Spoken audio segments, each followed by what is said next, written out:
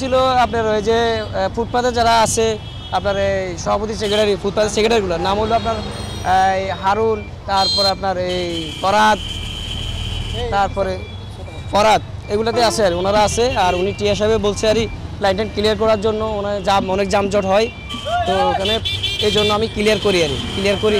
পারিপার্শ্বিক বেতন ওনারা দেয় আর এই সমিতি থেকে দেয় আর ফুটপাতের সমিতি থেকে দেয় আর অনুমতি দিচ্ছে আপনার টিএসআরে।